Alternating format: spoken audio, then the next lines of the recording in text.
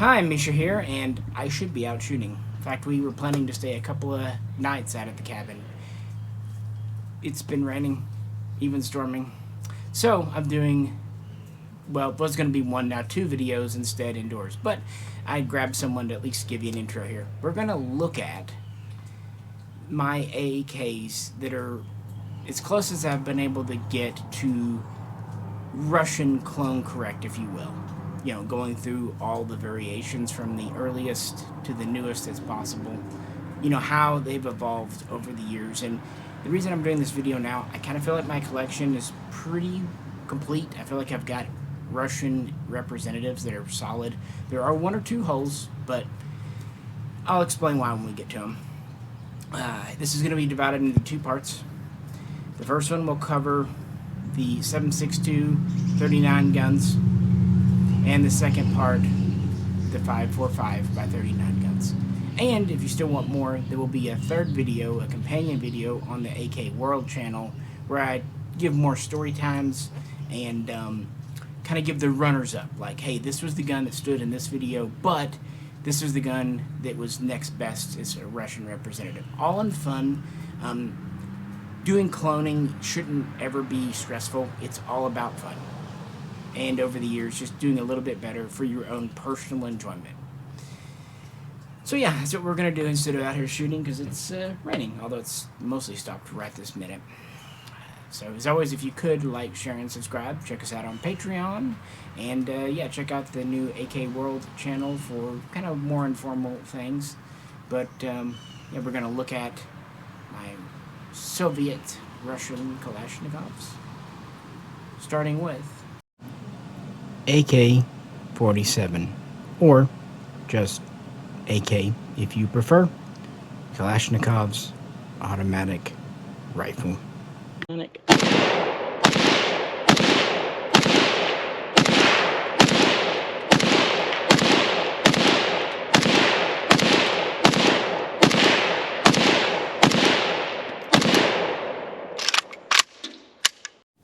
Back in because it's starting to thunder. I want to give a little disclaimer.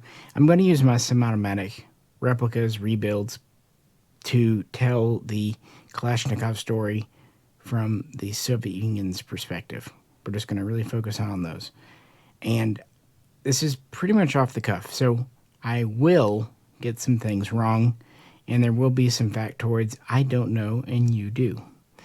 I'm telling you this now, not to defend myself, but really so you can get ready, you know, get some popcorn going, and really hit the comments quick when I do fuck up. So feel free to let me know. It's all in good fun. Yeah. How close to the original have I been able to get? This is still the best I've had. It is an early Type 3 kit, originally in the PLO, then captured by Israel, then exported over here, complete with barrel, and built on a true machined receiver, including threading in the barrel versus pinning in. Made by Firing Line, which is actually quite close to me over in Oklahoma. So this is my example piece. Would I like a Type 2? Sure. Would I like a Type 1? Sure. But there are reasons, mostly to do with cost and availability and practicality. And to be fair, those were really transitional models. The Soviet system often would do a small run and then a somewhat larger run to work out the bugs. And once they got it going, they would do vast runs. The MiG-21 jet comes to mind.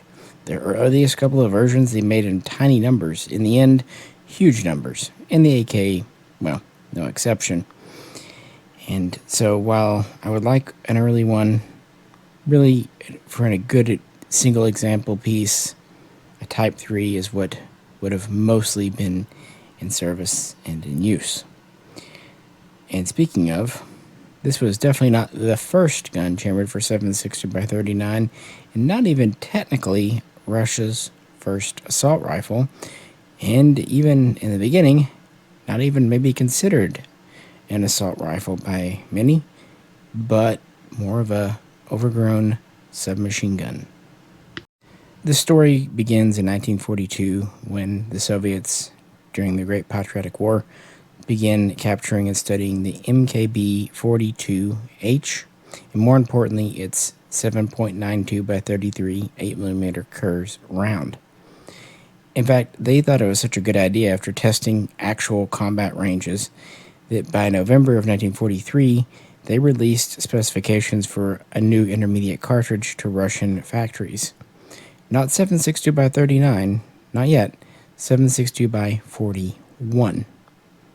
And by the middle of 1944, there were already almost a dozen designs on the boards for it. And the first to really be put into production, even if it was small numbers, was known as the AS-44. This was the brainchild of Sidaev and would actually be ordered into small, low-rate production towards the end of the year and would become available around the summer of 1945 for field testing and trials. It fired the new round and was mostly considered a submachine gun, but it did have a locked breech, so on and so forth. It's important for the Kalashnikov story for two reasons. One, it was simply the first. Two, Mikhail Kalashnikov he knew Sadeyev quite well and worked under him, and he was a great influence. So he had some minor influence in work on the AS-44. The reason we don't know about it, well, it was the first, and also Sadeyev would soon pass away prematurely, literally leaving it as a dead design. But the desire for all new family of firearms chambered for 7.62 by 41 would continue, so in 1946, the first round of trials would be put in place for, again, the submachine gun / assault rifle variant in the family. And Kalashnikov was among 16 designers who gave design proposals, submitted them. In November of that year, he would see a down select to 6, and then by December of 1946, his AK-46, or AK number 1 / 2, would be further down selected to 3. The two others were the AD and the AB-46, and they actually did better. In fact, sometimes the AK-46 would even fail the trials. It was a short-stroke gas piston gun, for what it's worth as well. And it would prove at times to be reliable, but it had accuracy problems, and the others just were more refined. But Kalashnikov got a lucky break. Around the same time, this is when 7.62-41 is reworked to 7.62 by 39. Again, not by Mikhail Kalashnikov, but by the Soviet powers that be. This slight alteration of the cartridge was just to make it more reliable when it came to feeding, and also streamlined for mass production, and I do mean that. So the idea was, okay, we're going to let the three designers rework their guns, rechamber their guns for the new cartridge. Kalashnikov took this opportunity in 1947 to make the AK-47, and it was a pretty radical redesign, and he was not afraid to borrow liberally. He went back and looked at the AS-44 and figured out that he needs to have looser tolerances, more empty spaces to improve reliability, especially in harsh environments. Then he looked at the competition, namely the AB, and, well, that's where the top cover system and the captive recoil system and even the long stroke gas piston system comes from. It's funny, people often say the long stroke piston in the Kalashnikov was directly copied from the MP44. Not really. It was copied from the AB-46, which probably copied it from the MP44. So it's secondhand. Oh, and he also went to a new safety selector / dust cover unit, which is, by his own admission, directly ripped off from the Remington Model 8. Hey-ho. My point is, the AK-46 and the AK-47 look very different. And I should also say that from the get-go, he played around with both stamped and milled receiver options. And And the next round of trials would begin in around December of 1947. He kind of finished up this design in November and would last until 1948. Again, the Kalashnikov was not the most accurate, far from it, but it did now prove to be about the most reliable, durable, dependable. It was easy to maintain, yada yada. It was declared the winner by 1948, and much as had been done with the AS-44 before, a small pre-production order was placed, and while Kalashnikov had primarily been working at the Kovarov arsenal before, the AK line would soon go to Izhmash for actual rate production and final development. And so while Kalashnikov would still remain instrumental, it kind of becomes a little bit more design by committee after this point. And I should also point out that he did not rest on his laurels. He actually developed the AK-48 prototype that year, which was intended to address the accuracy and controllability and automatic issues. But the Soviet government said, you know what, we're happy with the AK-47 concept. Let's push that ahead, officially adopting it in 1949 as the AK. What we know today is either the AK-47 Type 1 or just AK Type 1, with the rather infamous early stamped receiver, much like these early stamped mags. So there's really only one type of mag made for it. This heavy-duty slab-side stamped steel, bent over and folded, and the original receivers were much the same, with machined inserts to act as effectively trunnions. And when they worked, they worked. The problem was the rejection rate was just too high. You know, if you had an AK Type 1 leave the factory, it wasn't going to blow up in your face. They weren't dangerous. But too many were having to either be reworked or left on the floor, so it just wasn't working out. They also had some issues with barrel timing and pinnings and other things. It was very much new technology, and, well, it showed. Luckily, Kalashnikov had experimented with more traditional machined receivers, like we see on the SKS and the previous Tokarev. And so, by the end of 49, beginning of 50, Izhmash had petitioned, hey, can we just get rid of this stamped receiver and just go to receivers we know and trust, machined? And it was approved later that year by the committee. And so this is where the Type 2 comes into play, replacing the Type 1 around 1951. So the Type 2 was our first machined receiver Kalashnikov, really only built from 51 through 53. And the lines of the receiver itself was kind of the same style of construction, except you had the ledge up here for the top cover. You also used the same receiver, no matter the stocks type. So instead of having a dedicated receiver in the rear, you had kind of an insert, a two-piece design. Cool idea, but in practice, it actually was more trouble than it was worth. It was supposed to be able to use the same receiver, but since you're having to make individual end pieces, and you've got a two-piece instead of a one, yeah, you lost quite a bit. Also, during the Type 2's run, this is when the chrome-lined bore and chamber appear, and this is around the same time we see them in the SKS-45 as well. Now, the barrel we know and love is 415 millimeters, so about 16 and a quarter, but the early prototypes were actually 400 millimeters even, so like 15.7, 15.8.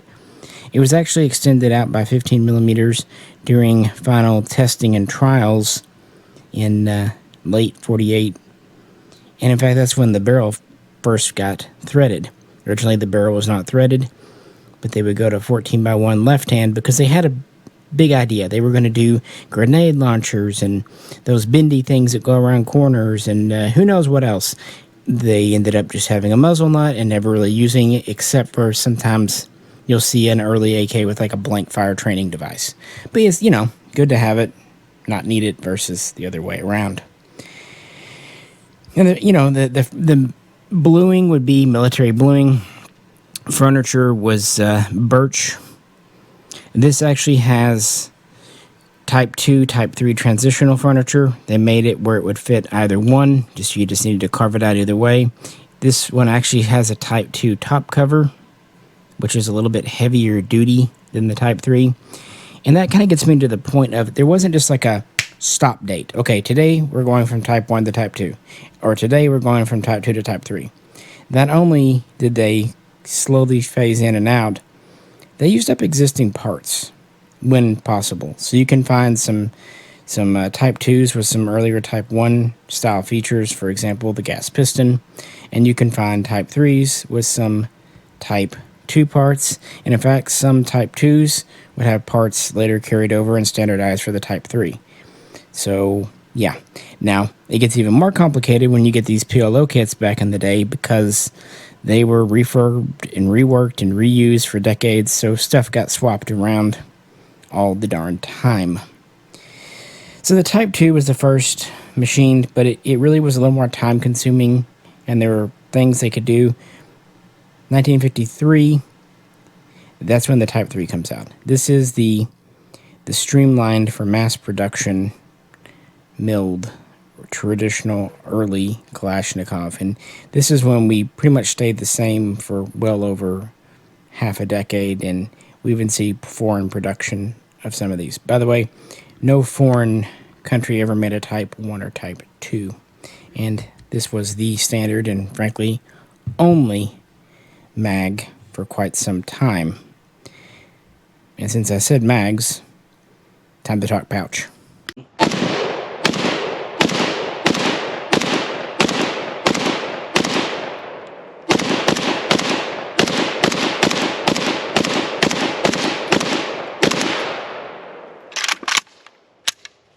This was the original pouch, very much inspired by a submachine gun. On the side, we have a pocket for an oil bottle, 2-chamber originally, and a cleaning kit tube. Now, you could definitely have a cleaning kit in the stock of a fixed gun, but that wasn't always an option. Shoulder strap and belt. And then we have an internal keeper here with kind of an eye hook. And then this holds a total of 5, it keeps folding over, mags. Guys, this is heavy, and all these mags are unloaded. This is a very robust, chunky pouch to have on your hip with 150 rounds total in it. And that's on top of a gun here that, well, by today's standards is heavy, but frankly, by the standards of 1950, this was roughly 9.5 pounds with a mag in it, but unloaded. So a little bit lighter than an M1 Grand, a little bit lighter than an MP44, but it's heavy. And when you throw all this loaded weight on, it gets even heavier. The sling you've seen, this is an early sling. There's not a whole lot of change in Russian slings. And in fact, they're very much like on the SKS. Well, what about the bayonet? Did you think I was going to forget about it? Well, it would kind of be fitting if I did, because they frankly did. Or rather, at the beginning, didn't even see a purpose of putting a bayonet on this.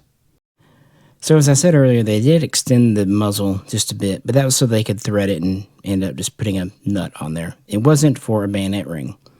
In fact, there was no provision for a bayonet with the first versions, because submachine gun having a bayonet, this is one of the evidences how at least some considered this that, as opposed to a rifle. It's actually quite late in the day, around 1950, 51, when the idea of we should probably put a bayonet on this, they were starting to see the utility of what this is after extended field testing and trials. I don't know if some late Type 2s had the quote-unquote lug, but it was definitely a feature by the Type 3 here. And all they did was just notch the underside of the sight base. All right, well, certainly low effort, but actually ended up being effective. Very simple scabbard, metal with a essentially fixed on hanger.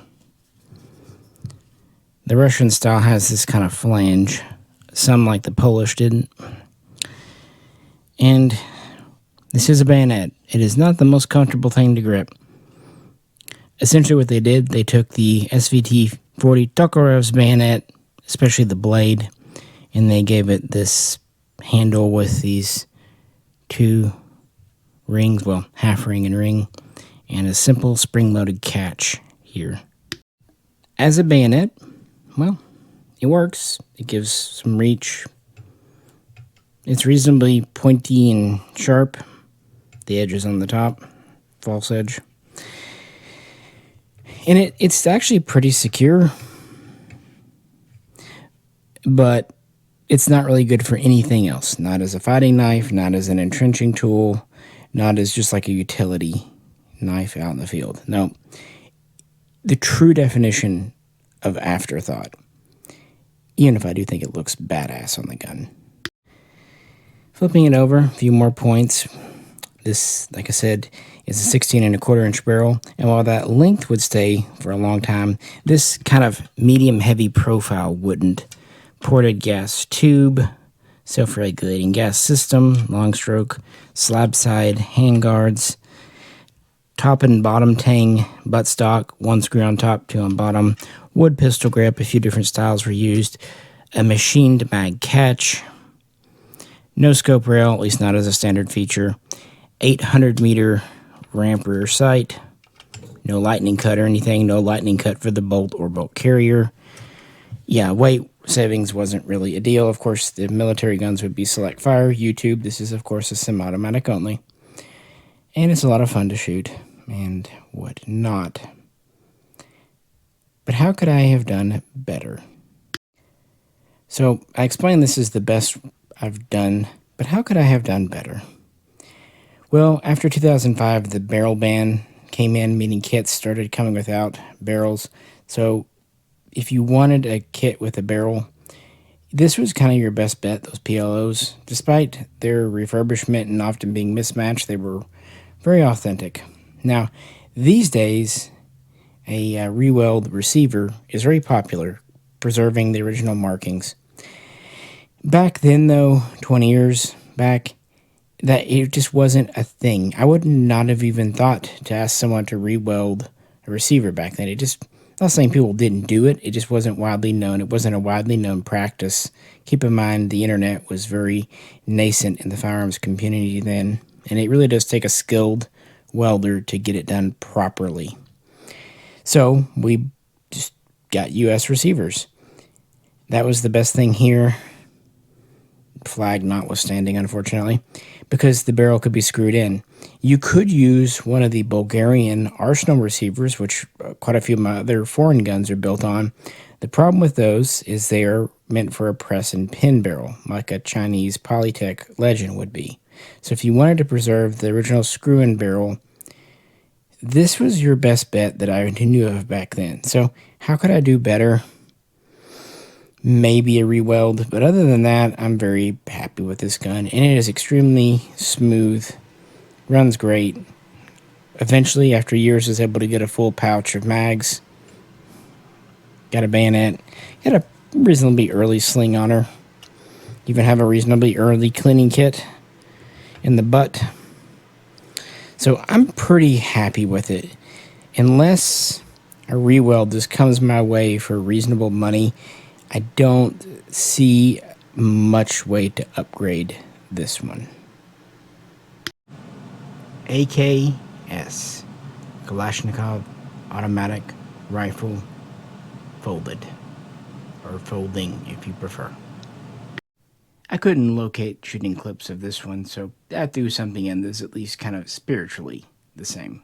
Enjoy.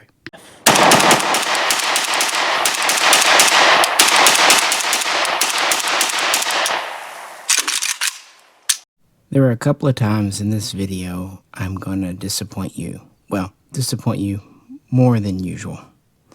And unfortunately, the milled underfolder is one of them. I simply do not have an AKS Type 3. I never have. I've had things that were close, shooting clips of the Arsenal SAM-7 UF. That's actually useful because it does have a modernized AKS Type 3 receiver, but then it turns around and has the AKMS stock. And even if you get the Arsenal SAS M7 Classic or the Chinese milled underfolder from the pre-brand era, they too have modernized stocks that are made from stampings, not machined parts. So pay no attention to the wasser on the table, but do pay attention to the buttstock, because the PM65 actually either used a very close exact copy of not the AKMS stock, but of the original AKS stock. Close enough that some even speculate these stocks came as units from Russia. And they're pretty easy to ID because, well, we have a push button on this side, like you'd normally expect. On the right, you have a simple pivot instead of what you're probably used to seeing. That's because this stock started off very much inspired by the MP40, the submachine gun, but it wasn't a copy. It is sturdier. The MP40 stock was tubular, essentially stamped or sheet steel. This was at least, again, machined metal. And the idea for an underfolder was there from the beginning. One of the early AK-46 prototypes had an underfolding stock not dissimilar, and a couple of the earliest AK-47 prototypes and several of the trials models in 1948 had underfolders. So from the beginning, they knew they wanted to do both stock types. Smart people. So this is that style. Even if the gun's wrong, this really is an AKS buttstock, and there are other ways to tell them too. When fully deployed, it has a very noticeable downward sweep to it, kind of mirroring the downward sweep of the original Type 3 fixed buttstock. And then you have a kind of ratcheting butt plate that soft locks into position, and it too is made from stampings. When you look inside the arms, you can see some lightning cut here on this side where it's been machined out, and on the right strut it's even a little more complicated because there's a inlet for the selector to move, so you can safe it and put it to fire mode even with the stock folded up. These are of course made primarily for airborne. Russia was actually quite an early advocate of airborne infantry, airborne assault. They were even, dropping light tanks via aircraft, at least in theory, not to mention BMPs and the BMD variant, so it makes sense why they would do this. Of course, the downside is it's not the most comfortable, but it does save you a lot of size and length. The fixed stocked gun is a little over 34 inches with its muzzle nut. But here, you fold up the stock, you're at about 25 inches. Again, give or take the variant. Not much over 2 feet. It does add a smidgen of weight though, so take that in mind. And of course it is, not the most sturdy thing because it only locks on this side, although it does have 2 positions. So yeah, how could I do this better? Well, lots of ways. I probably one day should try to find a Russian kit and do a build, but I think underfolders are super cool, but I also don't really feel like I need a ton of them. And since this is an import gun with an authentic AKS stock, it kind of scratches the itch. Good enough for government work, as they say. The AK and the AKS were produced at the same time, and the Type 3 would be built only at Izhevsk from 1953, with full transition over from the old Type 2 by 54, and full rate production up and through 1959, and they would make quite large numbers. And by the mid-50s, more and more in the Russian military were getting equipped with these, and its combat debut would come at the end of 1956. Was it defending honest communists, the workers, against the evil capitalists or imperialists? No, not exactly.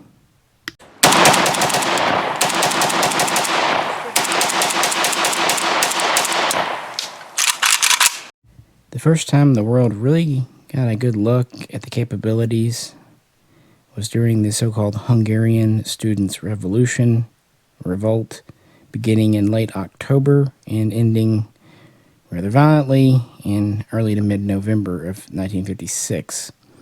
Over about a 3-week period, Soviet troops were called in, and they were to put down the rioters, the rebellion, and these are people protesting communism, protesting all the restrictions, because this was the era when they were getting really serious about bringing everyone into communism. I mean, yeah, it had been happening for a decade, but 55, 56 was when everything was really coming together. And while 700 Russian soldiers would be killed, over 2,000 civilians, Hungarians, would also lose their lives, some to Kalashnikov's rifle. I don't know that that was his intended purpose, but this is what we're going to see with the Warsaw Pact. Whereas NATO has always really been pretty good at just defending its member nations from external threats, the Warsaw Pact, once it comes to be, time and time again uses its forces to keep its own members in line. I hope you can see the difference there. Anyway, as much as I really can't give you a lot on the AKS Type 3, our next one we can really sink our teeth into. So let's go ahead and just get to that. How about that? AKM, Kalashnikov's automatic rifle, modernized. All right.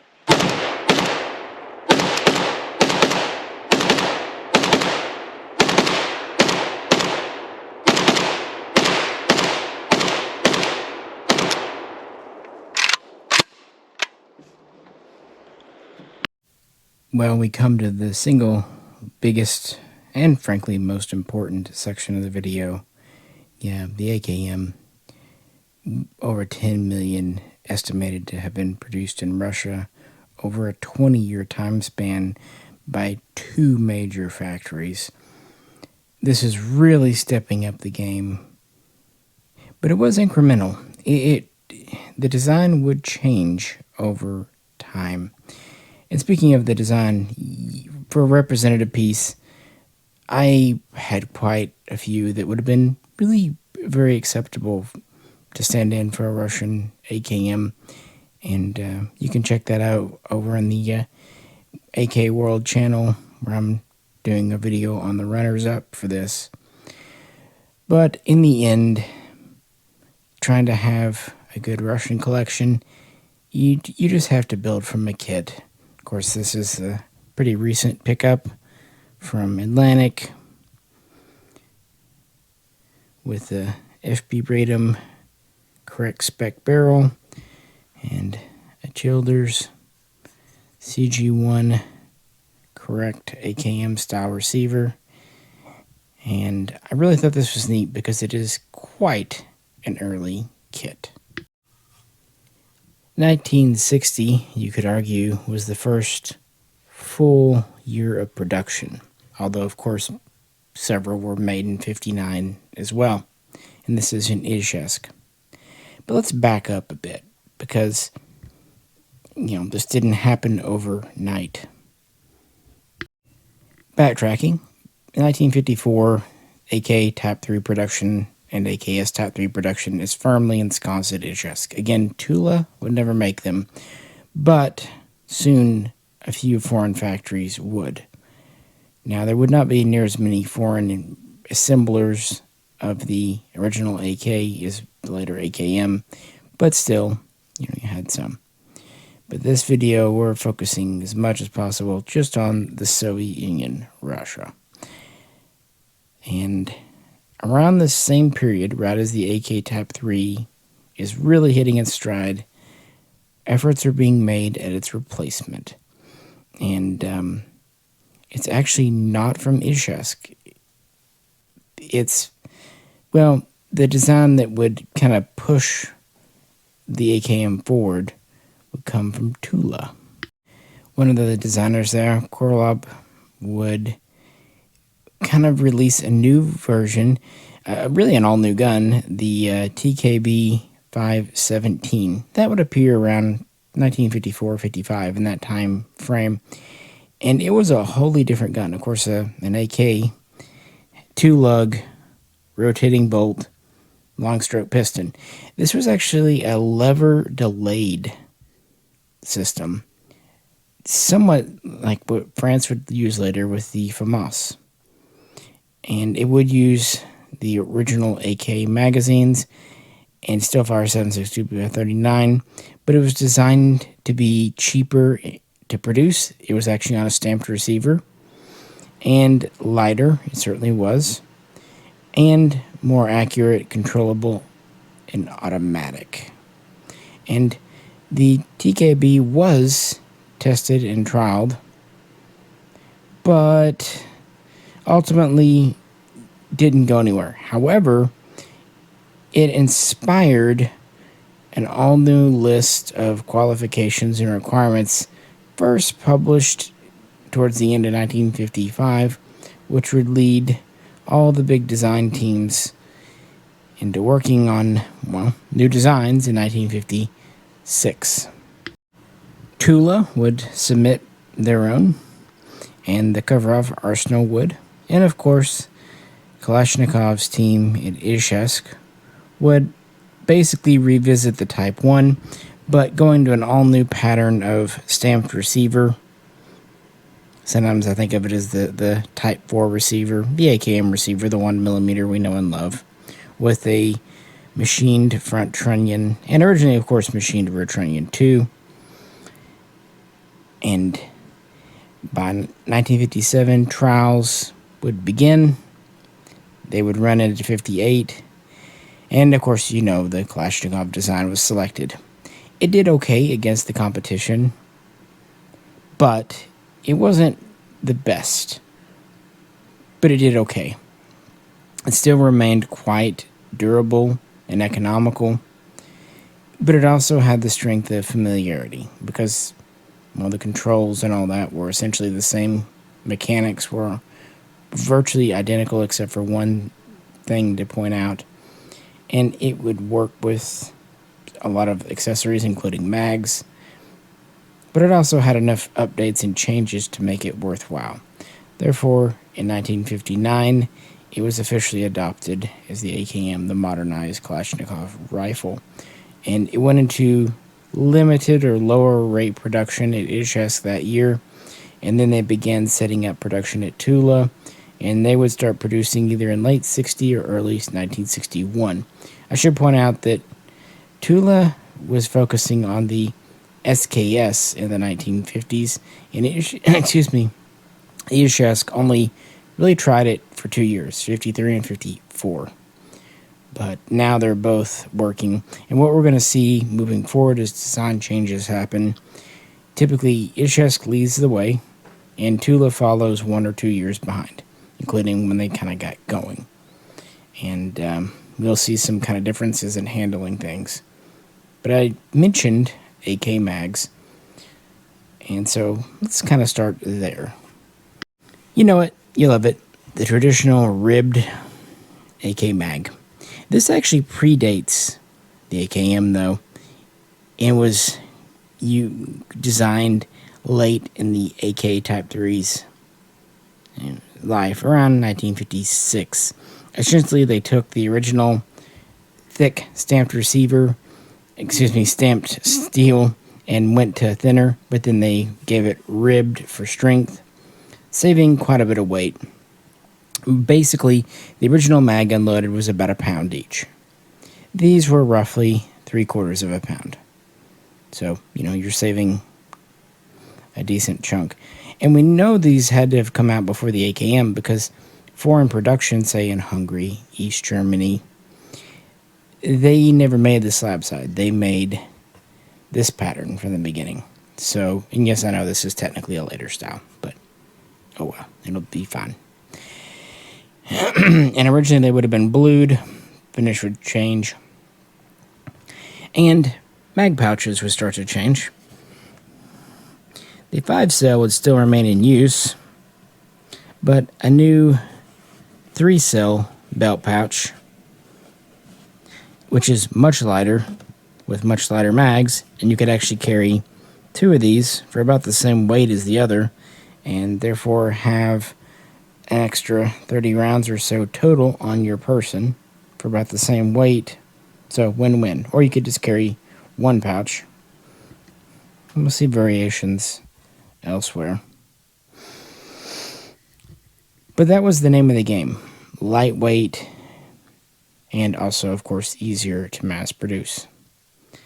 So with the new mag in play, the AKM would quickly join it. And I'm sure you know, but we'll go over the details real quick.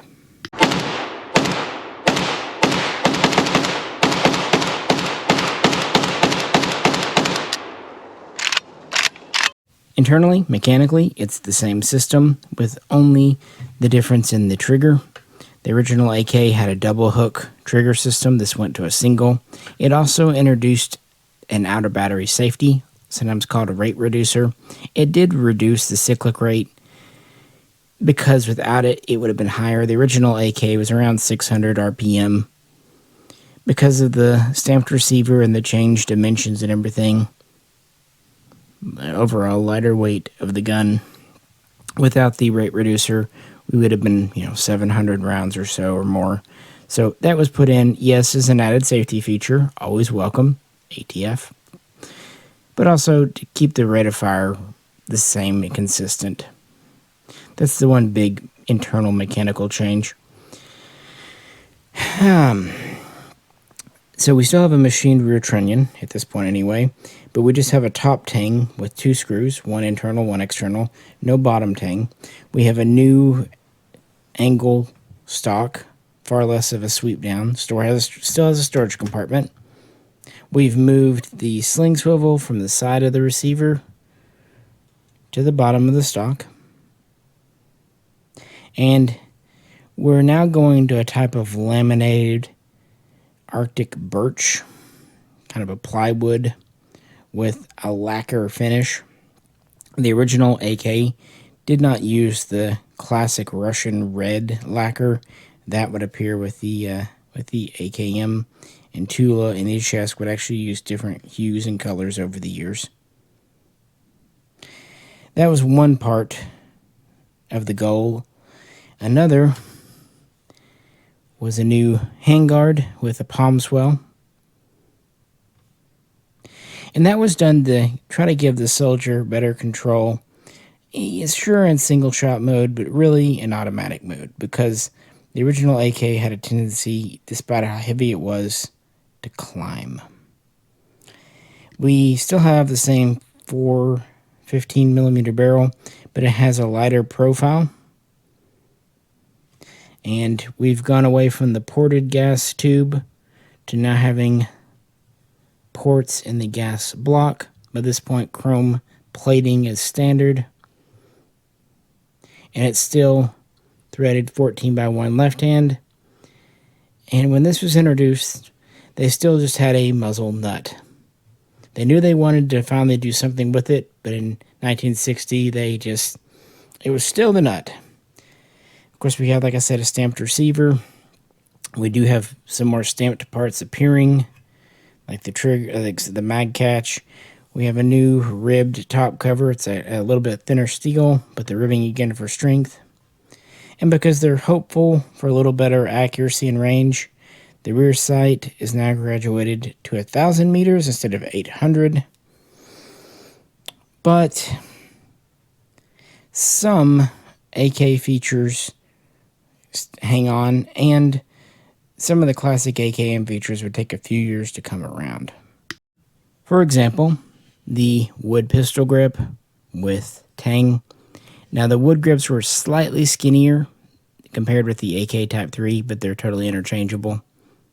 And these would stick around to around 1962, give or take. Also, the bolt carrier would remain kind of a slab side style. And various other areas would not get lightning cuts. Not yet, because they're still trying to save on weight. Now, roughly speaking, the original AK with the empty mag in it was around 9.5 pounds. An AKM, again, give or take, with an empty mag in it, was around 7 pounds.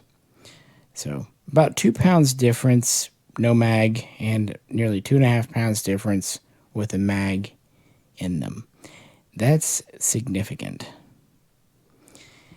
And, of course, a new bayonet was designed. And this time, it wasn't going to be just retroactively slapped on. No, this was kind of a goal from the get-go. And it does show. Here it is. It's actually a Romanian bayonet, but they're one of the countries that made this. I've seen it sometimes called the 6H3, which is the GRA designation. Also the AKM Type 1 bayonet, or just the AK Type 2 bayonet. Either way, this was introduced right alongside the AKM. And whereas the original bayonet was just a pokey thing, this was intended to be a fighting knife and kind of a field utility implement too. So we have a type of stainless steel blade that was supposed to be very corrosion resistant. We have an edge up here. We have hooked kind of false edge here. We even have a bit of a saw back here. Its actual usefulness, effectiveness could be debated, but at least it is there, better than literally nothing. We have an all-new synthetic grip with a large pommel back here, single piece, meant for gripping, to be used as a combat knife or just, utility. And they even gave you a handy-dandy strap for your hand.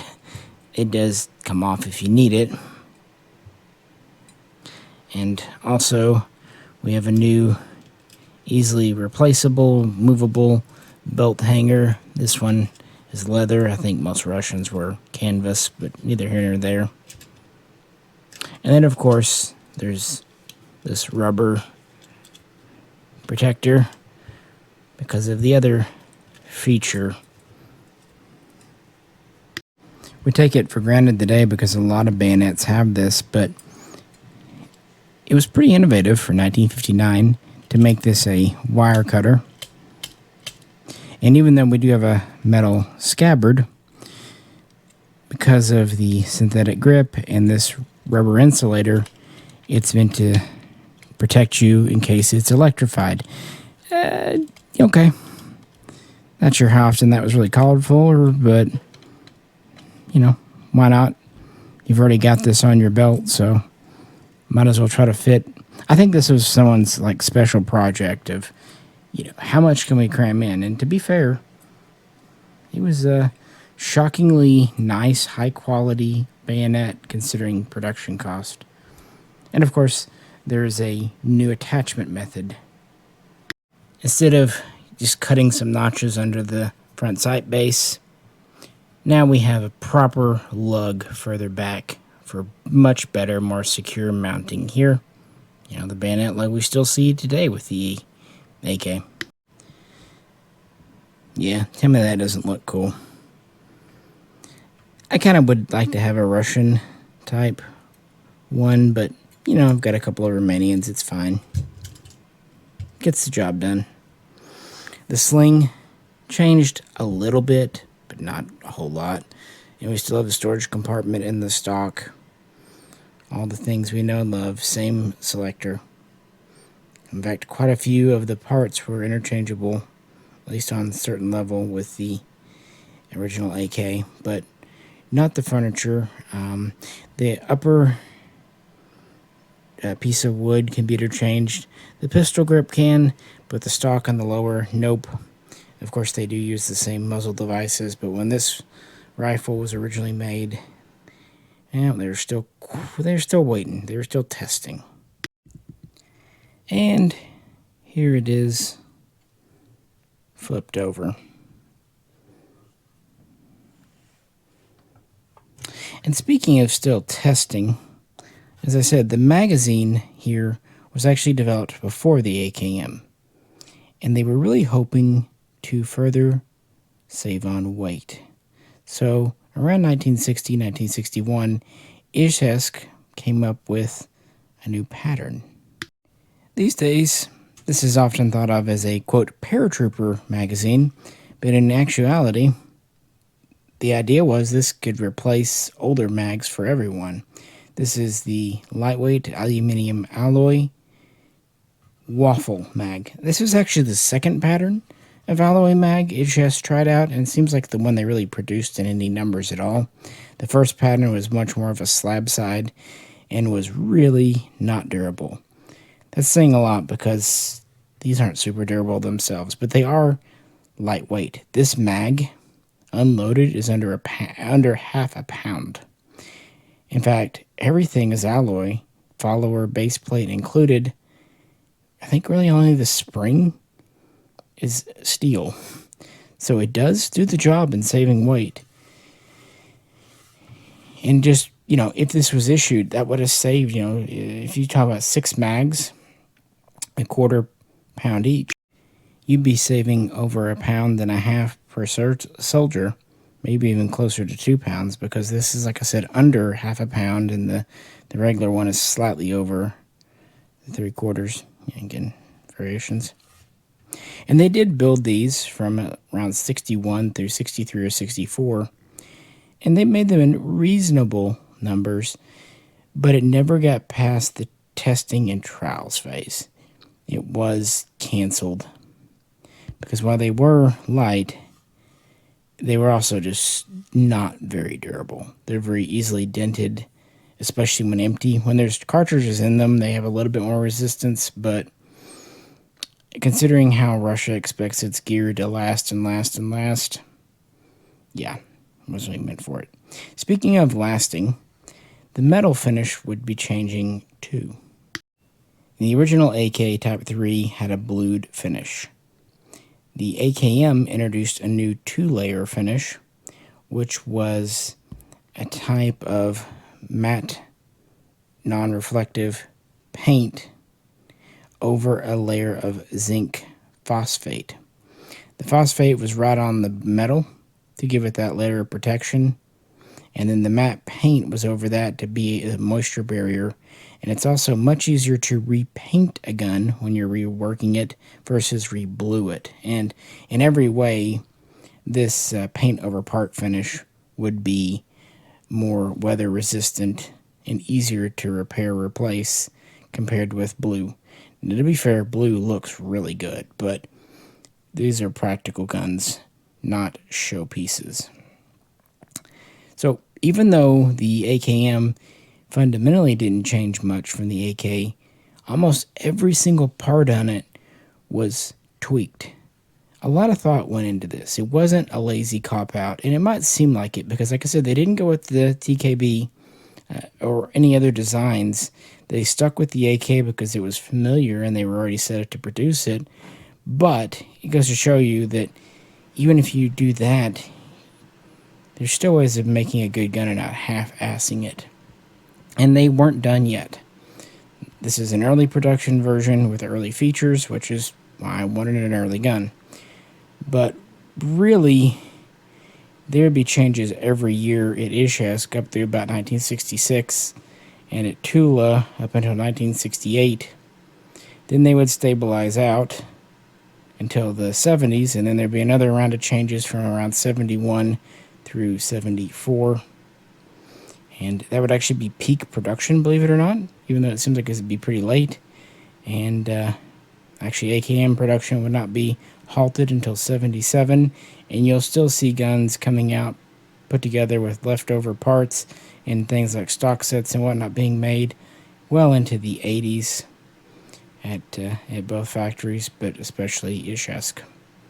So, yeah, this will be a two-section focusing on the AKM, but it is terribly important to history.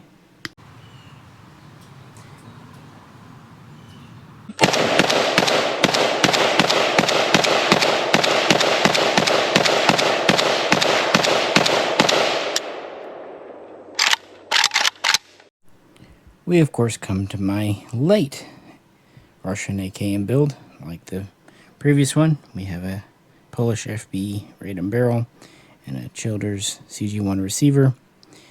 And we still have an HS kit, but this is a kit from a dozen years in the future. So it shows most all of the later changes. But let's begin with the mags, because it's one of the earliest. Around 1968, this pattern of AG4S material, commonly called Bakelite, because it is a very similar type of stuff, but honestly stronger, would come into use. And we usually think of the AK-74, but it actually began several years earlier with the AKM 7.62x39. Notice the big Ishesk. This was yet another attempt to speed up production, save weight, and be more all-weather. And this time, unlike with the alloy, they have a winner. This is actually, these are made with like two halves that were put together with epoxy, and then it was fiber reinforced and would have metal reinforcements too. Very durable material. The base can rust, of course, but the body, no, it's not going to. And they were pretty light, a little over a half pound unloaded.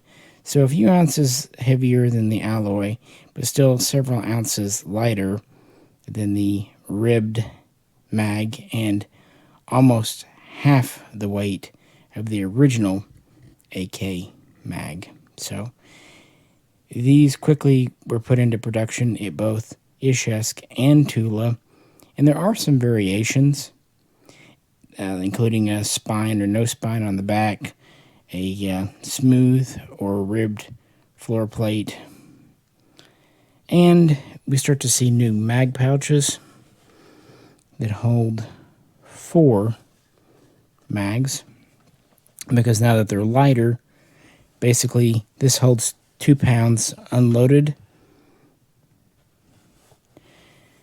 And, a soldier can carry 1 or 2 of these and still not be bogged down. Makes perfect sense. Also, around the same time, the bayonet got a pretty major update. In 1965, or thereabouts, the AKM Type 2, or overall Type 3 AK bayonet was introduced. And that will never stay on. Oh well. I don't know why that one's so fiddly. The big difference, the pommel went from this bulbous single piece to this 2-piece design with a metal cap. Makes sense. This was just too fragile and breaking. You can actually use this as a hammer. I mean, soldiers were going to use it as a hammer regardless, so yeah. And they went to a new pattern of scabbard, made out of a synthetic material except for the end piece. Not dissimilar to what they're now making magazines out of. Still very lightweight compared to the metal. And the blade would have originally been a stainless type, but because this is a refurb, it does have kind of a phosphatey finish. That's neither here nor there. This is sometimes referred to as the 6H4 GRA designation. And Russia did release a hybrid where you had the Type 1, but in this Type 2 scabbard. I think the only other nation that did that was Germany. could be misremembering, but not many did the hybrid, and I'm sure it was mostly just using up existing parts. But nice new scabbard, fewer pieces, better insulation, and much more rugged pommel to the bayonet. To any of us that lived through the assault weapons ban, that's just a beautiful sight. And this bayonet actually did come with this rifle from Legion USA. Obviously, the furniture cut changed a bit. We moved to a synthetic pistol grip. The top cover got an over-travel bulge lip for the safety. We got a lip back here. The safety itself changed shape a few times. We of course got a lightning cut on the bolt carrier. The bolt itself has lightning cuts. The rear sight, they'd actually changed the location of the notches from the original. And then it would actually get a lightning cut temporarily and then lose it. The gas block would get a lightning cut down here, keep it. The front sight base would get a few different styles of lightning cut. And most importantly, the sugar scoop or whistle muzzle brake would appear. Now, they started testing brakes early on, and they got very serious about it around 1964-65, and a lot of designs were tried out. And would it shock you to learn they did not pick the most efficient one? They picked the one that was most economical and good enough, and that was this brake here. It was officially picked in 1966, but it would take a few years for it to really be integrated into service. It would go into production at Mishaco later that year. Tula would not introduce it till 67 or even early 68 on some guns. And of course, older guns could very easily have it screwed on. I should also point out that around 1961, even the muzzle brake got a lightning cut. The muzzle nut got a lightning cut. And I could go on and on, but that's not really the purpose of this video. After adding lightning cuts and such, the pattern was pretty stable from around 65 up to about 1970 at both factories. But then they started switching out machined parts for cast ones. I think the earliest one was probably the front handguard retainer / sling swivel. But eventually we would see the front sight base and the gas block. That's a very easy to identify one. The rear sight base would go to a casting, but never the trunnion, just the sight base. The mag catch would actually change a few different times. And the rear trunnion would go to a casting. Actually, the rear trunnion changed quite a bit. You had the early I style, then the O style, and then later on even the U style at the very end. Even the bolt carrier would eventually become a casting, but never the bolt. And so on and so forth. This process began at Mishaco between 1970 and about 73, and at Tula around 73 to 74. Tula was behind because they actually diverted much of their production to setting up Egyptian production at Mahdi, Factory 54, around 1971. So, yeah. And they never made near as many AKMs at Tula as opposed to Mishaco. Common lore is that it's like 1 to 10. And like I said, total production was 10 million. So there you go. Tula probably made under 1 million, give or take. But we don't really know. So cast parts, a decently effective muzzle brake. And it's really fun to study. And of course, also the sling swivel moved from the base of the stock to kind of the bottom side. And I don't know exactly what spurred this on. I actually like it. It doesn't bind. It's a very good change. It's just, it wasn't introduced until 71 at Mishaco and probably 73 at Tula. So it's a very late change. Well, I say that, even though production was halted in 77, 74 and 75 were pretty big years. Mishaco would produce nearly 600,000 one year and over 500,000 the next. But then after that, it would drastically drop off by 76 because other projects and priorities. But for a time, yeah, this was cutting edge. And that's why I really wanted good representations of Russian AKMs in the collection. But could I do better? Maybe, but not by much. I could have done a Russian barrel, but the truth is I did. I had a build, I think it was on a Nodak receiver done by Mario, piece of history, with a Russian barrel, but those just got to be too valuable, so I moved it along. These FB Raiden barrels are cold hammer forged, chrome lined, made to AKM spec, and functionally there's literally no difference. If anything, they may be more accurate. At the very light, when they're on a gun, you can't tell. And the Children's receiver, I mean, these are made in USA from Polish stampings, incomplete as they are, and those stampings are actually formed from old Radom Factory 11 dies. So even though it's not technically a Polish receiver, it's anything but.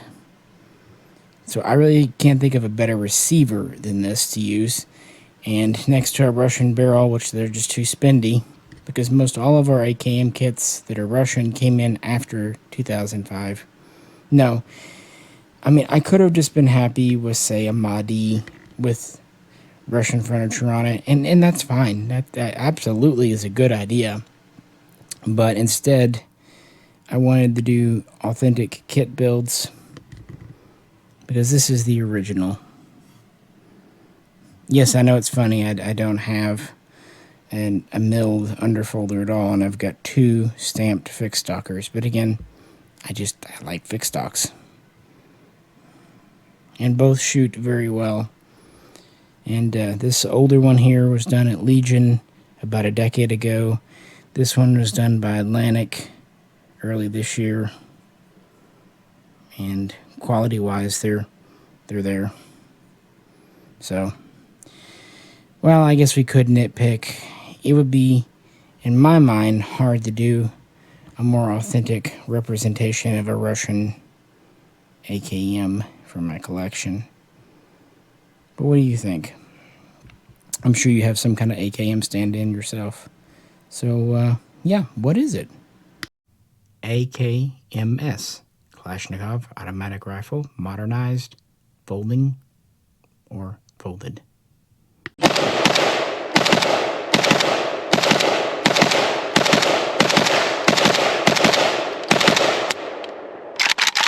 It goes quick. The good news is this time I can do better than the AKS Type 3. But it's still not Russian or a Russian build.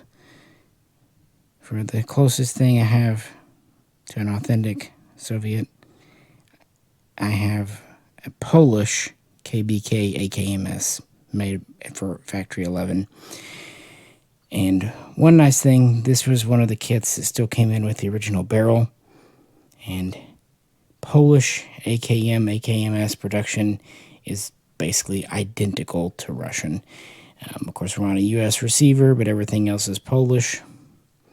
And I thought it'd be fun to put one of the Tula Star mags in. This is a smooth back too. In fact, Poland copied Russia so closely, they too went to a cast gas block and front sight a couple of years after. But yeah, but what we're really concerned about here is the AKMS underfolding stock. Now, the basic receiver shell is now the same with the stamped guns, but you have a different rear trunnion, and the rivet pattern is totally different. So there's no way to convert, but you at least can start with the same basic receiver beforehand. But you notice this side now has locking, as does the other. with the button here. So we have a total of 4 locking points, which is, well, obviously quite a bit stronger than the original. And of course the stock itself changed drastically. It's now made from stamped steel as opposed to machined with rivets. And while we still have a folding butt plate, it no longer has the kind of ratcheting system in it. It's just tensioned. It's a very square cross section now. And while we still have a downward sweep slightly, it's much more straight back, straight out compared with the original. I don't think it looks as cool, but I think it is probably more comfortable and user-friendly. And the other side.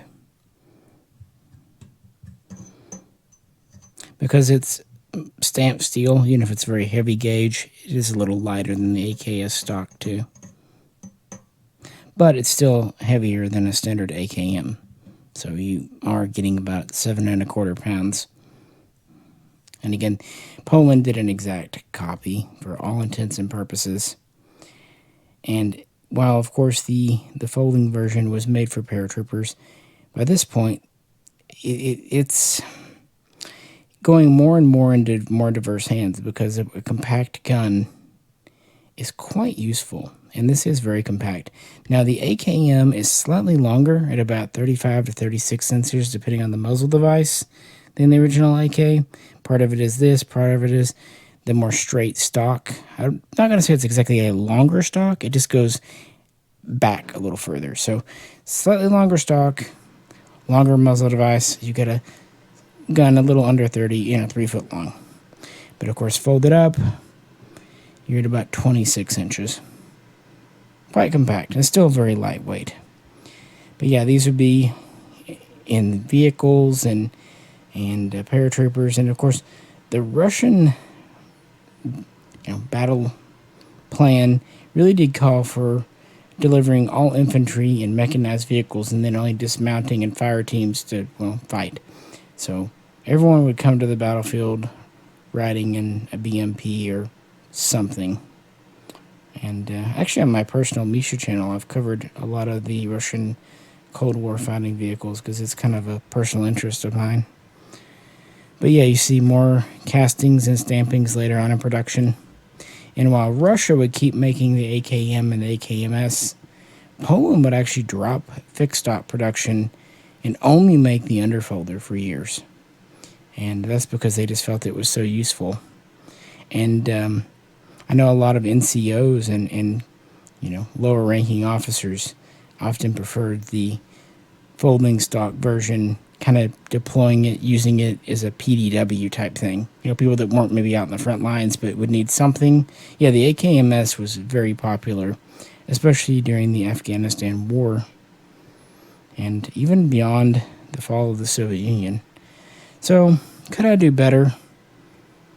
Well, yeah, I could have a Russian kit build on a US receiver, and if I ever find one, sure, but it would probably have to have an FB Ratum or US barrel. This one does have the original barrel to the kit, not a modern FB Ratum, and I think it's mostly matching. It might have 1 or 2 mismatched numbers. I should mention that too. Early AKMs had like 9 or 10 serialized parts, and as years would go by, fewer and fewer parts would be serialized, getting down to just 4 or 5 towards the end. Again, expediencies. The unique Polish pistol grip.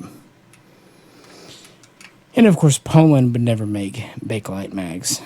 But yeah, this is the closest I have to a Russian AKMS, and I feel good about it, unless just something falls into my lap. RPK, Kalashnikov handheld machine gun, i.e. implied light machine gun.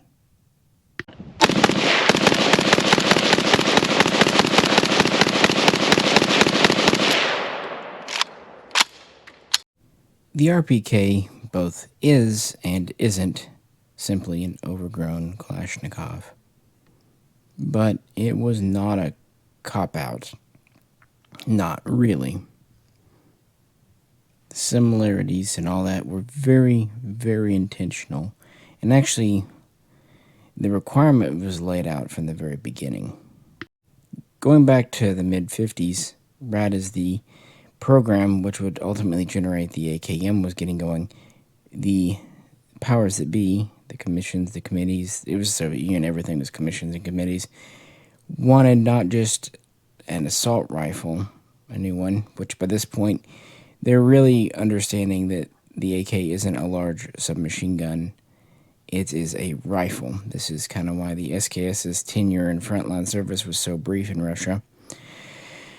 But also they want a corresponding light machine gun that is as parts compatible as possible, and of course firing the 7.62x39 cartridge. Now, you might, of course, know that the RPD was already in service, and it did fire 7.62x39, but much like the original Kalashnikov, it was a World War II style design on a machined receiver, pretty heavy, around 17 pounds, and still had a fixed barrel, although it was an open bolt.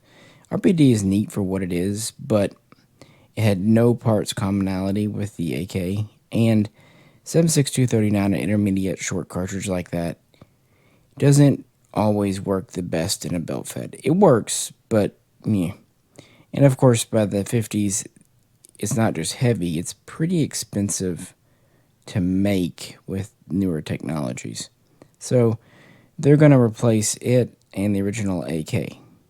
And whereas the original AK was just replaced with the AKM, the RPD design essentially ended there. Instead, well, yes, the RPK.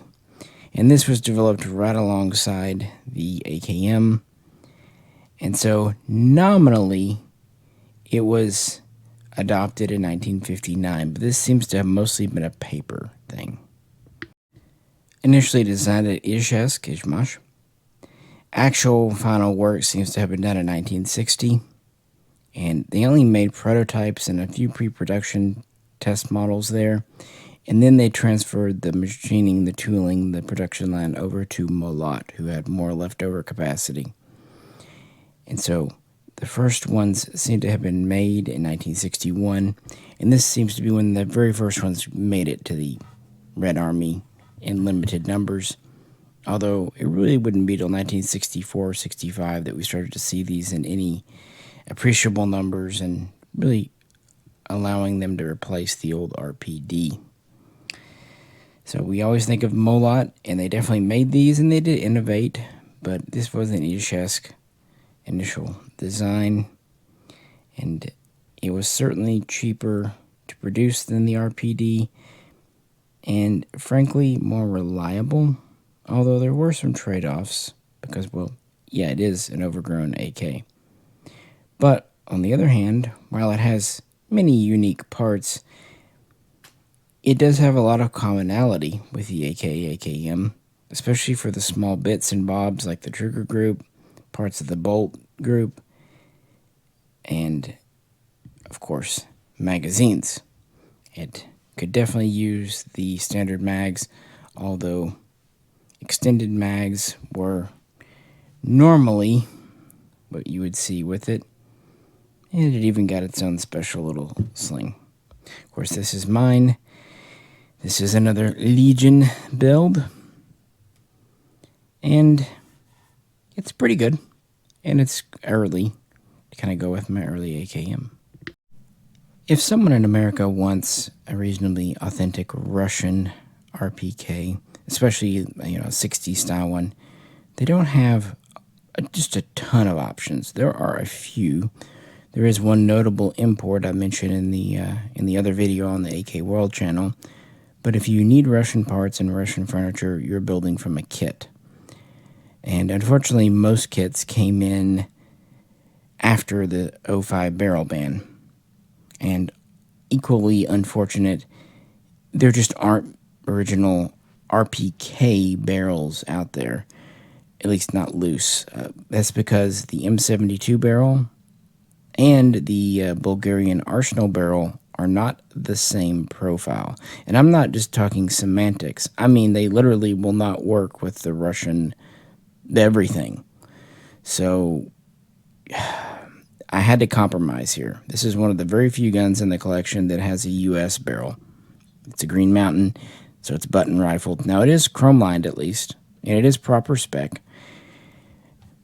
But this is a very nice build done by Legion USA from a matching Molot kit in really nice shape. And it's a very early serial Nyan first full year of production with all correct features. And it's on a Nodak proper 1.5 millimeter stamped riveted receiver with, of course, a reinforced bulged trunnion. And, of course, it has a machined trunnion in the back. One reason I wanted to do an earlier build, the Nodak receivers have magwell dimples. That's fine for an earlier one, but in the mid-60s, Molot actually deleted that dimple because it really wasn't necessary and just complicated production. And while compared to the AKM, which had quite a few changes over time, the RPK didn't. There were some others besides the dimple, including the top cover and some bolt carriers and so on and so forth. And that's why I thought having an earlier one would be neat. We'll compare to later in the video. But now let's talk about the handheld machine gun, the light machine gun, and really how it was used and deployed, what its role was in the Red Army, how it fit into communist Soviet doctrine, and that's, kind of explains why this was what it was, an overgrown Kalashnikov, and how its features, like a fixed barrel and operating from a closed bolt, didn't hurt it as much as you might first assume. Not to get too in the weeds, but the motorized rifle squad and also the airborne assault squads that the Red Army had would ride into battle, or in some cases be dropped into battle from air, riding like a BMP or a BMD, respectively. And sizes varied over the years, but, anywhere from about 5 to 8 men per squad. And of course, a couple of those would need to stay behind with the vehicle. Just goes to show. So I'm just giving you that a notion to show they're not marching in. The problem was the RPD-44 wasn't conducive to this. With its drum mags and belts, it was heavy. It didn't work well within vehicles, especially really cramped ones like the BMD. And if you had parts breaking down, you couldn't share magazines with the AK. They shot the same ammo, but you'd have to belt it or unbelt it to go from there to there. Not so with this creation here. So the idea of having a common frame, not just for the controls and the layout, and not just because it eased production and development, made a lot of sense. And it's designed for pretty decent range and accuracy thanks to the closed bolt and the longer barrel. This is about 23 1/4 bipod, and we have a somewhat fancier windage and elevation adjustable rear sight. I'm not going to say this is an accuracy king, but it was hoped it would stretch the range out a bit. And so they would issue one per squad, as usual.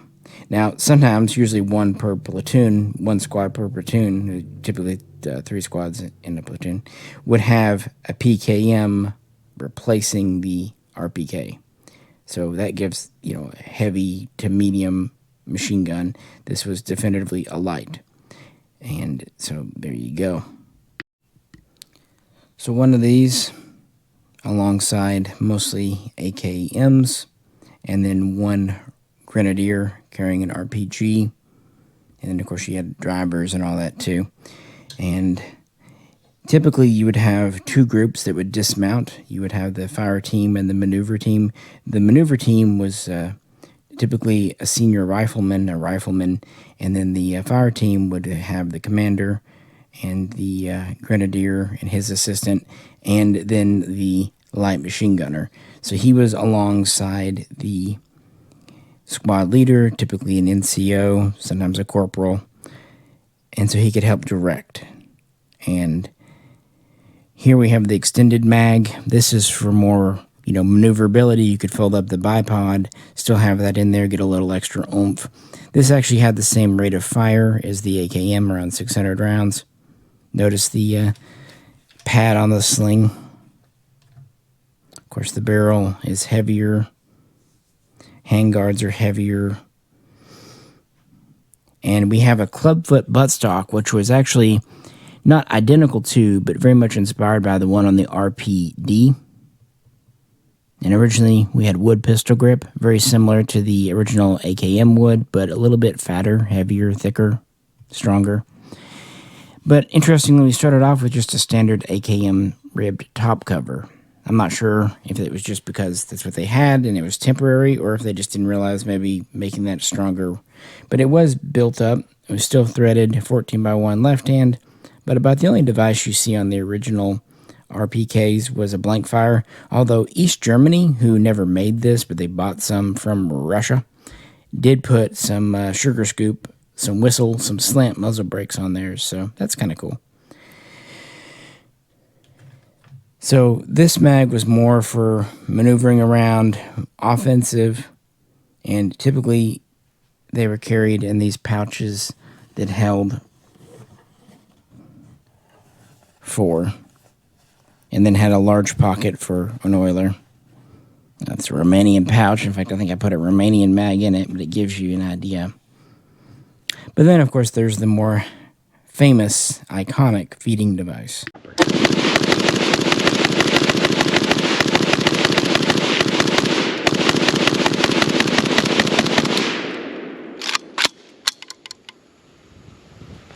Of course, the drum.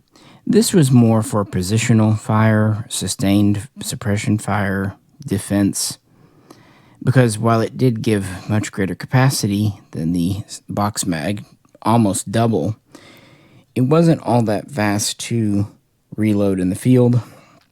Although, as I said many times in the past, I still prefer the top loader to the back loader.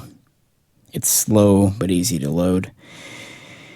And it's reasonably compact. So typically the loadout would be 1 drum and 1 pouch with 4 box mags. That would change later sometimes, but that was the original thing. And, 2 different things. Basically, empty your drum and then reload with the extended mags. Very similar to the PPSH-41 procedure. But, the infantry really weren't expected to go far. In fact, they weren't supposed to go more than about 800 meters from their vehicle. So they weren't expected to hoof this more than, half kilometer on average. And then if they need to go further, get back in, mount back up, and go. Nevertheless, this is quite a bit of a lighter weight gun compared to the RPD. About 10.5 pounds unloaded. And it's just a hair under 41 inches. Not bad at all for what is still classified as a machine gun. Now, since it is a closed bolt and does not have changeable barrels, overheating is definitely possible. So, trigger control, fire control was paramount.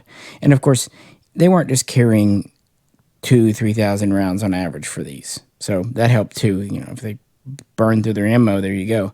But it gave that little bit of extra range, extra firepower, extra ability. It could do sustained fire a little bit longer than an AKM, and was a key part of the infantry doctrine in the Red Army. And by extension, many other nations copied this system. Now, very few nations actually made RPKs in-house. Very few. Some made clones based on them, like the M72, but mostly communist nations would just buy the RPKs they needed from Russia, and in Russia they were only manufactured by what we know today as Molot. Yeah, designed at Dushesk, but made at Molot. This is a Russian drum and pouch, by the way. Also came from Legion USA when I got the gun. So, yeah, they Started receiving these in the Red Army, limited numbers around 1961. By 64, 65, they started to really get to the level they wanted to be able to issue one per squadron. And by 66, we first see these in a May Day parade. That's a big event in Russia. And then Molot makes some changes to both strengthen the design and speed up for production. Like I said, eliminating those dimples.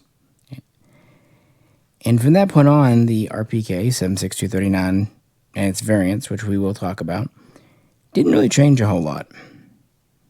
And became quite a popular gun. Yes, they had limitations, but they were known, and the benefits of being just as durable, dependable, easy to maintain as a standard AKM, at least compared to the RPD, yeah, it's there for it. What do you think, though? As I said in multiple videos, and we'll say in the future, it's just kind of one of my favorites. I've always wanted to have a Russian. But could I do better than this? Yeah, technically, but it would be difficult. I mean, I could grab a Romanian AES-10B and put a Russian front archer on it, and that would be pretty close, especially if you got one with the early features, like the bipod. But I really wanted the Russian trunnion and the Molot markings and everything. And so having Legion build it was nice because their gunsmiths, their rivet work and everything is so close to factory. And the Nodak receiver is perfectly fine. It really is. I'm not too picky on receivers. If they're in spec, if they work, and it's the heavy-duty 1.5 mil like you need. Like I said, it does bug me a little bit when you see this receiver used on later guns. It works fine and probably cosmetically looks good to people. I know it's incorrect to have this big, very noticeable dimple. It's really just down to the barrel that could be better, but it would be difficult how. Again, the import barrels really won't fit this, and you'd almost have to strip an AES-10B for its barrel, and you could do that and put it in. That's one of the few. Now you're going to say the Vepr series. Unfortunately, very few Veprs came in with a true 23 1/4 military profile barrel. You had some longer barrel Veprs, but they tended to have the sporting profile. Even if you took one of the handful of Vepr RPK or FM RPK 47s and took the polymer ships with off and put on wood, which I have done before, it's not going to have the early features. Like we talked about with the AKM, early and late, the parts change. Now, Molot production wasn't quite as drastic as that, but it is noticeable. So, you'd never have a 60s era looking RPK. You would have a modern RPK that had old furniture on it. And frankly, that would be normally fine with me. Except those freaking FM RPKs are multiple thousands of dollars. When I got this, it was like $1,300. Yeah. So, could I technically do better one way or another? Yes. But neither way is really that practical. So, all in all, I'm happy. If I ever come across an RPK correct 23-inch barrel, I'll replace it. But everything else, I'm super happy with this early kit, the condition of the wood, and just the overall feel of the Legion guns. You just can't beat them. They're nice. They're really, really nice to shoot. Before we move on, one update we should mention to the magazine. Just as the AKM got the AG4 mags around 68, not much after that, Molot switched over to producing extended mags of the same material. Now this one is Russian, but it doesn't have the little symbol. It has a Moog hold on the other side, but some of them have a little Molot shield, some don't. Same type of construction. And this is actually quite important for this gun because the longer your mag, the more chances you have of getting a dent in it. And even though the extended mags are pretty forgiving, the steel could be dented anywhere along their length, and if so, it would render the mag useless. So this isn't really going to happen here. Plus, we're saving weight. The steel mags, the ribbed ones, are roughly a pound, and these are roughly, well, they're a little under 3/4 of a pound. And because of that, in the 70s and 80s, we start to see the drum replaced with a second 4-sal pouch. So more and more, a total of 8 mags instead of 4 plus drum are carried by the light machine gunner and the squadron.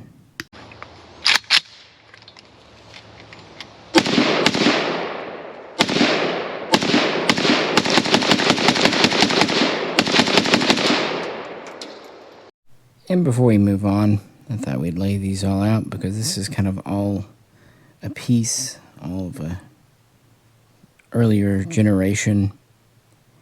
Of course, all 7.62x39. And really the best I've been able to do. Normally I don't have 2 of the same gun, but with the AKM, I had to, early and a late.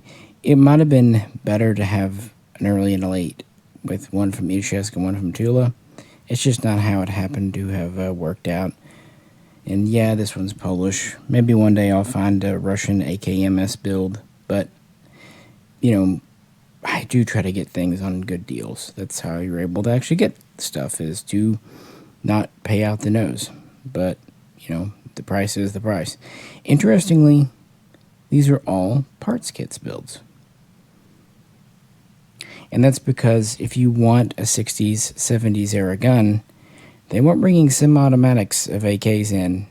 Even the finished ones were just trickling in. The Chinese weren't even in yet.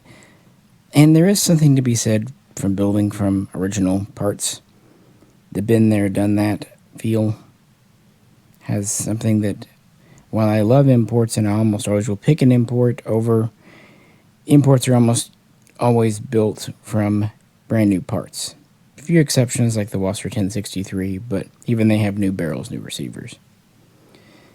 And while I don't like the barrel ban, and I know that does delegitimize some builds for some people, if I can at least put a correct spec barrel in, Romanian or Polish especially, I'm cool with that.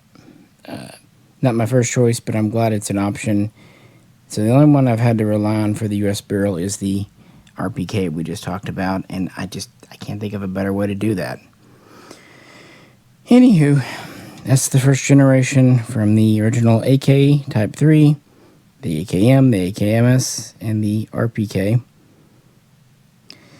And Russia would not rest on its laurels, even though, including the milled and stamped guns, we have a production that lasts basically 30 years here, from the earliest pre-production to the last ones put together from existing parts. And no one knows exactly how many were made, but maybe 15 million in Russia of all these. Not near as many RPKs were built, but then again, they didn't need near as many. And I should also just mention before we go that, of course, also the rifle squad from time to time would carry an SVD, which was its longest ranged tool, and that would really complement the RPK in and of itself. But story for another day. And, well, global events would start to change things, the Vietnam War, and revolutions in the West with small arms, just as the MP44 and its 8mm Kurz cartridge spurred development. We're about to see it happen again with our next generation.